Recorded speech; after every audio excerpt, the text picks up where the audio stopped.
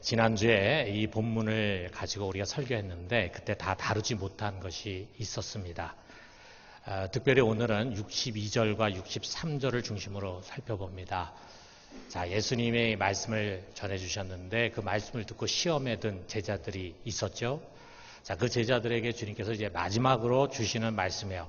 63절에 뭐라 그러시냐면 살리는 것은 영이니 육은 무익하니라. 내가 너희에게 이른 말이 영이요 생명이라. 참 유명한 말씀입니다. 살리는 것은 영이니 육은 무익하니라. 아마 성경에서 이 말씀처럼 사람들의 입에 자주 내리는 말씀, 또 그러면서도 그릇 해석된 말씀, 이런 말씀이 없을 거예요. 살리는 것은 영이니 육은 무익하니라. 자, 여러분 어떤 말씀으로 들립니까? 또 여러분 이 말씀을 과거에 누군가로부터 설교에서나 들었을 때 어떤 말씀으로 들으셨습니까? 많은 사람들이 이것을 이렇게 이해합니다. 하나님이 우리 속에서 살리는 것은 육이 아니라 영이다.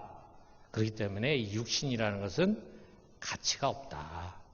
쓸모가 없는 것이다. 이런 뉘앙스로 많이 듣습니다.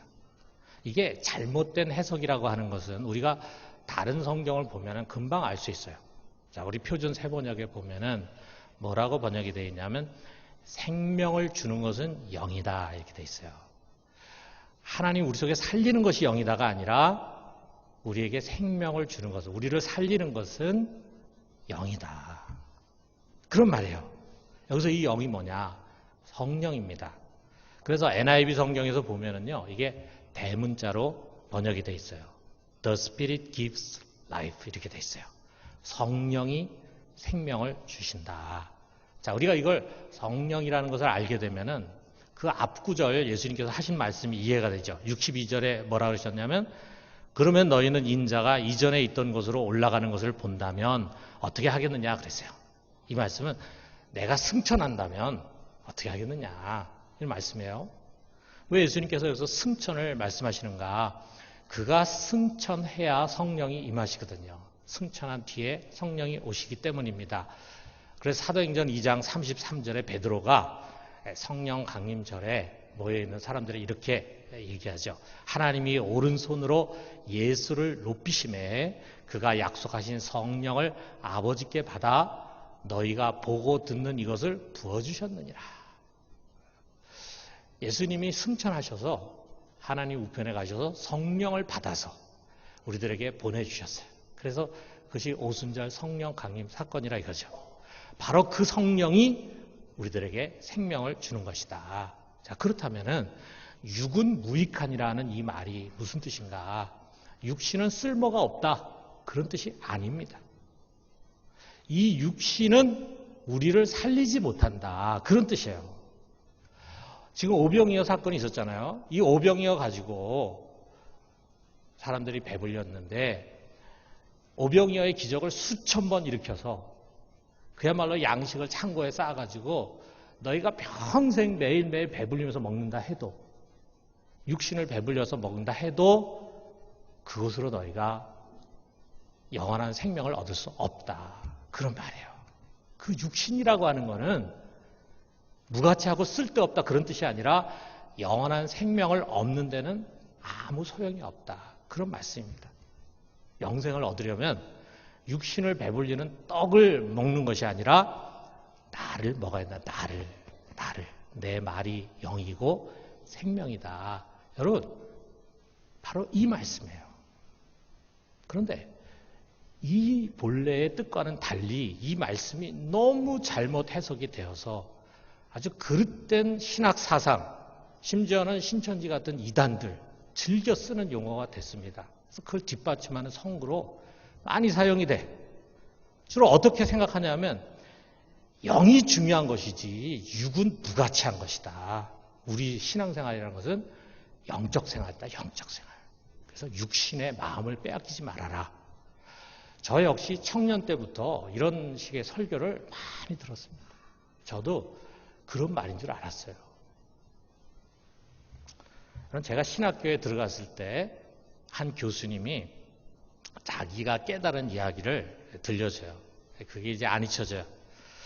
그 교수님은 늘 교회 중심으로 사는 믿음의 집안에서 이제 태어나고 자랐어요. 그래서 뭐 부모님도 신앙이 좋고 또 할머니도 아주 신앙이 좋은데 어렸을 때부터 그 할머니가 늘 이렇게 귀에 못이 박도록 해준 말이 뭐냐면 죽으면 썩을 몸 아껴서 무엇하랴.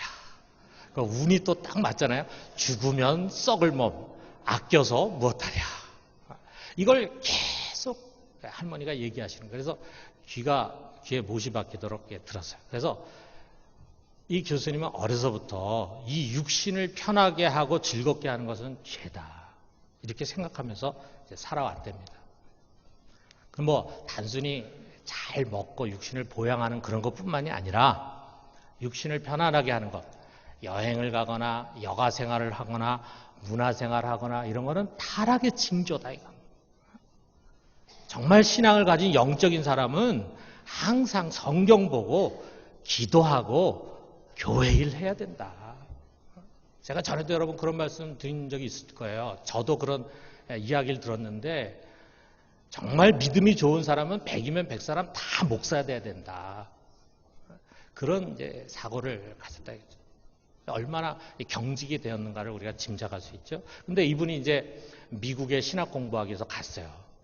근데 거기서 이제 미국 학생들하고 같이 공부하고 또 미국 교회 가서 미국 교인들 만나고 그러는데 대화를 나눠보니까 정말 신앙이 깊고 정말 살아있는 신앙생활을 하는데 이 사람들은 말이죠. 문화생활도 하고 여가생활도 하고 그러면서 삶을 즐기고 있더라고요. 뭔가 이들 속에 그 열려있는 균형 있는 삶을 보면서 내 신앙에 문제가 있구나라고 하는 것을 비로소 깨닫게 됐다. 그런 얘기를 했습니다. 여러분 사실 우리 한국 교회는요. 이런 이원론적인 사고를 가진 신앙인들이 많습니다. 그런 목회자도 많습니다. 어떤 신학자는 그런 얘기를 해요. 오늘날 한국 교회가 너무 영지주의에 물들어 있다. 이렇게 말해요. 영지주의라고 하는 것은 초대교회 시절에 교회를 많이 어지럽게 한 이단입니다. 그런데 지금은 우리가 그런 극단적인 모습은 보이지 않지만 우리 한국 교회 속에 그런 성향이 굉장히 다분히 있다는 것을 우리는 볼 수 있어요. 우리 영지주의를 먼저 한번 생각해 보면요. 이 영지주의라는 거, 이 영지다. 근데 그노시스라는 원래 말의 의미는 지식이란 뜻이지만 영지주의에서는 이제 영적인 지식을 말해요. 영적인 세계가 있다 이죠. 그 영의 세계, 그 영의 세계는 보이지 않는 세계예요. 근데 그것이 바로 본질적인 세계고 아주 고결하고 영원한 세계입니다. 반면에 보이는 육의 세계, 우리 육신뿐만이 아니라 이 눈에 보이는 지금 이 모든 세계, 보이는 세계는 비본질적이고 일시적이고 타락하고 부패한 세계, 악의 세계 이런 것으로 이제 규정을 하는 거예요. 그래서 이 보이는 세계 속에서 일어나는 현상은 보이지 않는 영의 세계에 의해서 좌우가 된다. 이렇게 생각하는 거예요. 그래서 영적인 사람들은 이 저급한 육의 세계를 떠나서 가급적이면 영의 세계에서 놀고 싶어 합니다. 그 영의 세계에 관한 지식, 영적인 지식을 풍성히 갖고 거기서 신비한 영적인 세계 체험을 하는 거예요. 그렇게 하고 싶어. 근데 방해꾼이 있어요. 그게 뭐냐? 부패하고 타락한 이 몸이에요, 몸. 이게 우리를 자꾸 죄의 유혹을 받게 하고 경건을 방해하는 거예요. 그래서 우리 영이라는 것은 마치 이 육신이라는 감옥에 갇혀 있는 것과 같다. 이렇게 생각합니다. 그래서 이 몸을 학대해야, 이 몸을 좀 더 학대해야 그러면 그럴수록 영혼은 더 많이 정화가 된다. 이렇게 가르쳤어요. 아울러서 그 영적인 세계가 있는데 그 영적인 세계의 원리가죠, 원리.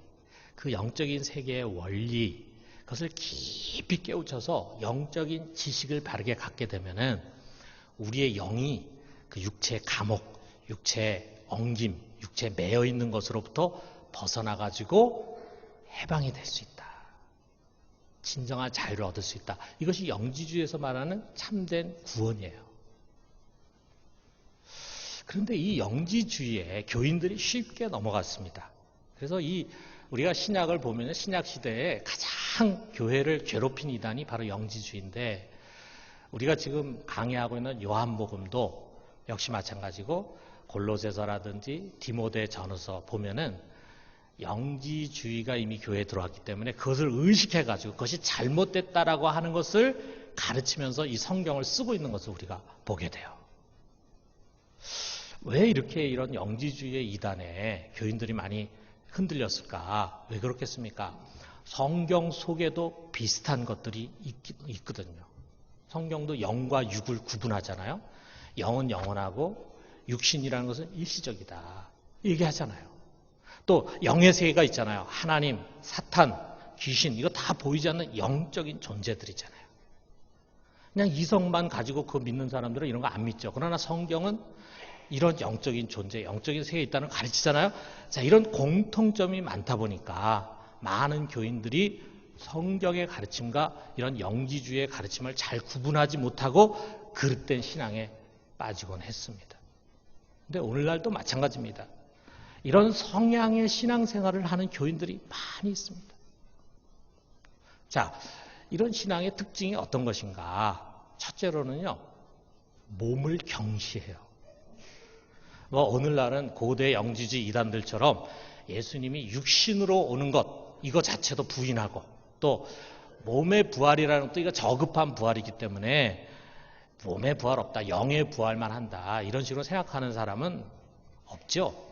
그렇게 생각하는 그런 교회는 없을 것입니다. 그러나 몸을 경시하고 몸 돌보는 일을 죄악시하는 경향은 기독교 안에 항상 있어 왔어요. 우리 고대 기독교에서는요, 이 고행이라는 것이 유행했습니다. 또 고대 또 중세 기독교로 넘어가면서는 수도원 운동이 굉장히 활발하고 운둔자 생활, 속세를 떠나서 수도원에 들어가가지고 운둔 생활하는 그것이 굉장히 유행처럼 번져갔어요. 자, 이 고행이라는 게 그렇잖아요. 몸을 괴롭게 해가지고 영혼을 정화시키려고 하는 그런 것입니다. 여러분, 약 5세기경에요. 안디옥이라고 하는 곳에 기둥성자라는 별명이 붙은 시몬이라는 사람이 있었어요. 이 사람은 원래 목동이었는데 은혜를 받고 이 사람이 이제 수도사가 됐어요. 그런데 이 사람이 어느 정도냐면 대단한 사람입니다. 우리가 사실 예수 믿으면서 40일 금식기도 저도 아직 못 해봤어요. 근데 40일 금식기도 평생에 한 번 하기도 쉽지 않은데 이 사람은 40일 금식기도를 26번을 했습니다. 너무 이 사람 극단적인 금욕생활을 하니까 아예 수도원에 쫓아버렸어요. 수도원에 추방당해가지고 여기저기 다니다가 이 사람이 423년에 뭘 했냐면요, 기둥을 세우고 기둥 위에서 이제 고행하기로 결심했어요. 그래서 처음에는 한 2m 정도 높이에 이제 시작했는데 점점 높아져가지고 나중에는 20m까지 올라갔어요. 그래서 이 위에서 이제 이 사람은 하루 종일 기도하면서 사는데 몇 년을 살았냐면 약 35년을 살았습니다. 여러분 한번 상상해 보세요. 이렇게 올라가가지고 하루 버티고 있기도 힘든데 이 위에서 35년. 대단한 사람이죠. 정말 대단한 사람이죠. 하루 종일 여기서 그는 기도하는 거예요. 그런데 정말 초인적인 금욕 생활이죠. 거기에 이제 소문이 나가지고 거기에 감탄한 사람들이 많이 몰려들었습니다. 몰려와가지고 이제 그의 제자도 되고 추종자도 됐는데 여기 그림에서 보시는 것처럼 아마 이제 먹을 거 다 위에서 올리고 그 다음에 이제 세수도 해야 되니까 세수물도 올리고 그렇게 했는데 그 세수한 다음에 그 물을 버리면은 밑에 있는 사람이 그건 성수다, 은혜로운 물이다 그래가지고 그 물을 맞으려고 막 서로 이렇게 했다는 거예요. 자, 이것이 이제 유행이 돼가지고 기둥 성자들이 많이 생기고 이런 식의 고행이 많이 있었습니다. 여러분, 우리나라 한국교회에서는요, 이런 고행은 별로 안 했지만 금식과 철야 기도를 많이 장려했어요. 기도하는 거 먹지 말고 기도하고 자지 말고 기도해라. 그래서 어떤 유명한 기도원에서는요, 3가지 먹지 않고 기도하고 자지 않고 기도하고 방언으로 기도하면은 그 기도는 반드시 상달된다. 이렇게 가르쳤다고. 여러분, 우리들에게 종종 금식이라든지 또는 철야 기도의 기도 생활 필요합니다. 그러나 그것은 우리가 몸을 경시하고 우리가 몸을 괴롭게 하면 우리 영혼이 더 정화되고 그래서 하나님 더 기쁘게 받아주시고 그래서 우리가 그렇게 하는 거 아니에요. 우리 속에 있는 욕망을 좀 쳐서 복종시키고 먹는 것에 마음을 빼앗기지 않고 기도에 전념하기 위해서 우리가 금식 기도도 하고 철야 기도도 할 수 있는 것입니다. 자, 몸을 경시한다. 그 다음에 두 번째는 뭐냐면요. 세상과 분리된 삶을 사는 거예요. 하나님을 영의 세계 속에 계신 분이다. 이렇게 생각을 하니까 그분과 만나는 기도실에 더 있고 싶어. 기도원에 자꾸 가고 싶어요. 그분과 만나고 그분과 함께 있는 것이 행복하다 이거죠. 자, 그러다 보니까 자연히 그 울타리 밖에 세상에 대해서는 소극적이 되지 않을 수 없습니다. 많은 사람들이요, 이 교회라고 하는 것은 예수 그리스도가 머리 되고 주인 되신 주님의 집 이렇게 생각하는데 교회 밖의 세상은 예수 그리스도와는 상관없는 세상, 더 나아가서는 마귀가 지배해서 악으로 가득 찬 세상 이렇게 생각해요. 자, 우리가 이렇게 생각하면요, 그 악으로 가득 찬 마귀가 지배하는 세상에 가고 싶겠어요? 가고 싶지 않죠. 자, 그러다 보니까 신앙생활이라는 것은 교회 생활이야. 그래서 되도록이면은 교회에 오고 싶어 해. 그리고 아주 교회 살고 싶어요. 자, 그러다 보니까 자연히 세상과는 분리된 삶을 살게 됩니다. 교회 울타리 밖의 세상은 되도록이면은 안 가고 싶어요. 아주 최소한의 시간만 보내고 싶어 소극적이 되는 것입니다. 가족들의 모임, 특히 불신 가족들 있는 경우에는 모임에 잘 안 가려고 그래요. 과거에는 가족들과 관계가 참 끈끈했는데 이제는 육신의 혈족도 별 의미가 없어. 직장도 최소한의 직장 생활만 합니다. 직장에서의 일이라는 것이 신앙과 연결되질 않아요. 그냥 세상 일로 생각이 됩니다. 세상 일 하고 싶지 않은 거예요. 사람들, 특별히 불신자와 관계하는 것을 힘들어합니다. 가족들이라든지 직장 사람들이라든지 사회 사람들. 왜냐하면 하나님과의 관계만을 중요하게 여기니까, 그래서 자기 세계에 갇혀 있다 보니까 인간의 도리, 인간 관계에서 갖춰야 할 자세 이런 것들이 경시가 돼요. 여러분, 이원론적인 신앙에서는요, 이 보이는 세계의 일이라는 것이 우리 일이 아니라는 생각을 가져요.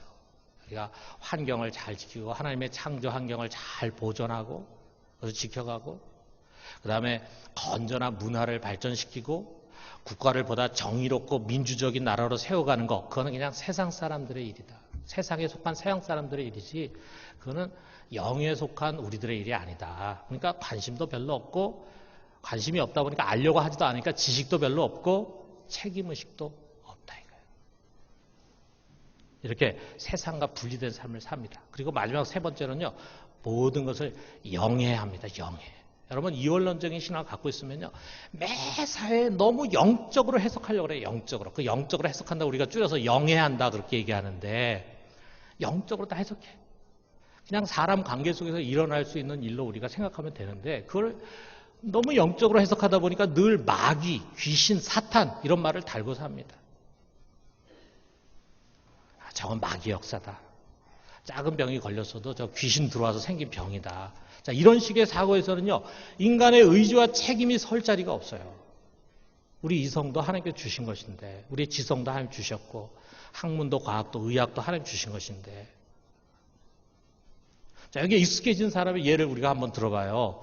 어느 날 박 집사가 교회 기도회에 가려고 하는데, 남편이 괜히 막 화를 내더니 막 트집을 잡더니 가지 말라고 합니다. 그러니까 그 얘기 듣고 박 집사가 속으로 생각합니다. 저 마귀 또 방해하네. 저 마귀 또 방해해. 또 마귀 또 역사한다. 네, 기도에 가는 것은 하나님의 일, 영적인 일인데 그걸 남편이 방해하는 거예요. 그러니까 마귀 짓이라고 생각하는 거예요. 마귀 짓. 이렇게 생각하다 보니까 거대 영적 싸움을 자기 하고 있다고 생각해요. 왜 자기 문제를 보지 못해요. 남편이 왜 잔소리라고 트집 잡고 못 가게 하느냐. 이유가 있어요. 매일 교회를 간답시고 집안일을 돌보지 않아. 설거지통에 그릇들이 잔뜩 쌓여 있습니다. 와이셔츠를 입으려고 보니까 데려진 게 하나도 없어. 애들도 그냥 제대로 돌보지 않아가지고 엉망이에요. 그러니까 남편이 화가 나는 거죠. 그런데 이 모든 것을 영적인 것으로 해석하면서 마귀 탓으로 돌리니까 그런 자기 책임, 자기 문제가 눈에 들어오지 않아요. 심지어는 사회 현상을 바라보면서 마귀 역사라고 해석을 합니다. 참 무서운 거죠. 이런 해석을 우리가 조심해야 되는데 너무 쉽게 컴퓨터라든지 바코드라든지 베리칩, 뭐 우리 인간의 편의를 위해서 이런 과학 문명이 계속 발전하지 않겠어요? 그러면 여러분 우리가 과학 문명이 발전하는 것 속에는 긍정적인 것도 있고 부정적인 것도 있어요. 항상 긍정적이고 부정적인 것이 다 있어요. 컴퓨터도 그렇고 인터넷도 그렇고 긍정적인 것도 있고 부정적인 것도 있잖아요. 우리가 그걸 긍정적이고 부정적인 것을 같이 보면 좋은데 이런 새로운 과학기술이 나올 때마다 이건 사탄의 수 666이다. 사탄의 수 666. 근데 거기에 무슨 윤리적인 판단이 없어요. 그게 왜 나쁜 것인지, 왜 문제인지에 대한 생각 안 하고 영적으로만 해석하려고 한다. 마귀가 지금 저 대통령, 저 국회의원, 저 정당을 움직여가지고 이 사회를 반기독교적으로 만들려고 한다라고 하면서 또 정치를 영화시켜요. 영적으로 해석을 합니다. 여러분, 우리가 이런 걸 한번 상상해봐요. 자, 우리가 아까 기둥성자 얘기를 했는데, 자, 이 기둥성자가 15살에 기둥으로 올라갔어요. 그래가지고 40년을 살았다고 한번 생각해 봅시다. 그 사이에 다른 사람들은 학교 갑니다. 가서 학문을 배우고 또 결혼해서 가정을 세우고 자, 일을 해가지고 직장 생활을 해요. 그런데 이 사람에서 기도만 해, 기도만. 그럼 기도 선수가 되겠죠. 정말 기도 많이 하는 사람이 되겠죠. 자, 그러다 보면은 영적인 세계를 깊이 체험하죠. 어떻게 보면 그 스스로가 살아있는 설교자죠. 자, 그런데 우리 어떻게 보면요. 그는 세상을 모르는 사람입니다. 이 복잡 다단한 세상을 배우지도 않았고 경험하지도 않았어요. 15살에 여기 올라가서 40년 동안 저도 기도만 했어요. 자기는 신령해가지고 세상을 판단할 수 있다고 하지만 사실 세상에 대한 지식은 지극히 단순할 뿐입니다. 자, 그런데 어느 날 제자가 왔어요. 와가지고 뭐라 그러냐면 이곳의 군주가 수도원을 폐쇄했다. 이렇게 이제 전합니다. 겉으로 보면은 단순하게 보이지만 사실 수도원을 폐쇄할 수밖에 없는 복잡한 이유가 있거든요. 그런데 이 기둥성자는 하나님의 집인 수도원을 폐쇄했다라고 하는 그 이유만 앞세워가지고 이 군주를 하나님을 대적하고 하나님의 집을 무너뜨리는 사탄의 앞잡이라고 선포합니다. 자, 그러니까 그 제자들이나 그를 추종하는 사람들은요, 이 신령한 성자의 말, 하나님 말로 다 받아들이거든요. 그러니까 이거 하나님 말로 받아들이고 무조건 추정해. 그래서 이 사탄의 앞잡이를 몰아내야 한다고 하면서 목숨을 걸고 군주에게 대항합니다. 그리고 이거를 거대한 영적 전쟁이라고 선포를 해요. 무서운 사람들이 되는 겁니다. 앞뒤가 없는 홍위병 같은 사람들이 되는 거예요. 여러분, 오늘날 우리 한국 교회는 이런 일들이 너무 허다합니다. 이런 이원론적인 사고에 사로잡힌 목회자들이에요. 정말 사회가 무엇인지를 잘 이해하지 못하고 매일 열심히 기도하고 매일 열심히 성경만 연구하고 그러다 보니까 별 관심이 없죠. 사회 잘 모르는 가운데서 너무 쉽게 이런 정치적인 의견을 교인들에게 얘기하다 보니까 교회가 정치화되는 큰 위기를 맞이하고 있어요.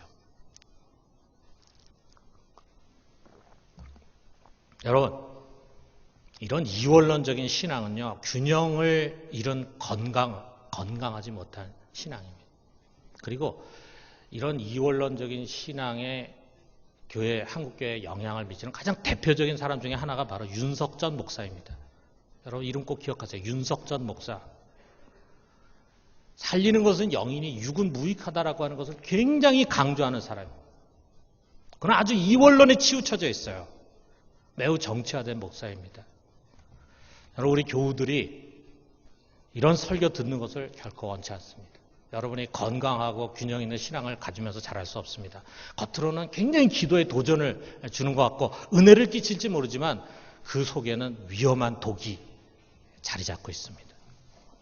이런 신앙은요, 지금까지 우리 교회가 지향하고 있는 이런 전인격적인 신앙과는 전혀 맞지 않는 것입니다. 여러분, 성경은 분명히 영과 육을 구분합니다. 그러나 영혼과 몸이 분리되지 않고 서로 상호 유기적인 관계 속에 있어요.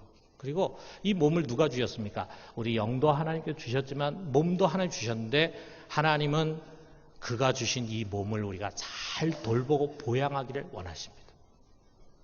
우리 몸 소중한 것입니다. 또 여러분 분명히 성경은 영은 영원한 것이고 육은 일시적인 것이라고 말하고 있습니다. 영의 세계가 있습니다. 하나님, 사탄, 귀신 모두 보이지 않는 영적 존재들이에요. 그렇습니다. 성경의 가르침입니다. 그러나 보이지 않는 세계뿐만 아니라 보이는 세계 역시 우리 주님의 통치 아래에 있습니다. 교회뿐 아니라 가정, 직장, 국가 모든 영역에서 제자들에게 사명과 사역을 주셨어요. 예수 그리스도의 복음을 증거하고 그 복음을 실천하고 실현하는 일입니다. 세상을 말씀에 합당하게 세워가는 것이 우리의 사명입니다. 여러분 말씀 마치겠어요. 예수님은 제자들을 이렇게 경고하셨습니다. 마태복음 8장 15절에 보니까 삼가 바리새인들의 누룩과 헤롯의 누룩을 주의하라 그랬어요. 누룩을 주의하라. 이 누룩이 뭡니까? 그릇된 교훈입니다. 여러분 빵 속에 누룩이 들어가면은 그 조그만 양의 누룩이 온 빵에 퍼져가잖아요. 그릇된 가르침일수록 특별한 맛이 있어요. 뭔가 사람에 땡기는 게 있어요. 뭔가 사람에게 자극적인 게 있어요. 혹하는 게 있어요. 분명히 있습니다. 그래서 퍼져나가기 쉽습니다. 고린도전서 5장 6절에 보니까 너희가 자랑하는 것이 옳지 아니하도다. 적은 누룩이 온 덩이에 퍼지는 것을 알지 못하느냐. 사랑하는 성도 여러분, 우리 주위에는요 이단들뿐만 아니라 건강하지 못한 교훈들이 너무나 많습니다. 여러분 우리 늘 깨어서 교회 지도를 받고 올바른 가르침 위에 건강한 신앙생활을 할 수 있게 되기를 주님의 이름으로 축원합니다.